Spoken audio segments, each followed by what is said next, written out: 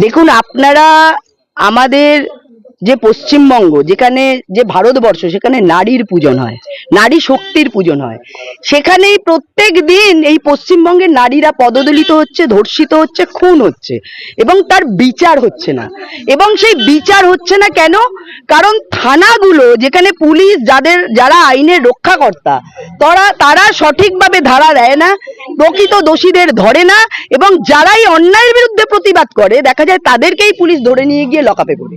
তো সেই জন্য আজকে আমরা এই অন্যায়ের প্রতিবাদে, আপনারা আরজি কর কাণ্ড নিয়ে আপনারা দেখেছেন যে আরজি করে যেভাবে পুলিশকে সঙ্গে নিয়ে তথ্য প্রমাণ লোপাট করা হয়েছে, যার জন্য টালা থানার ওসিকেও গ্রেপ্তার করা হয়েছে, আপনারা জানেন।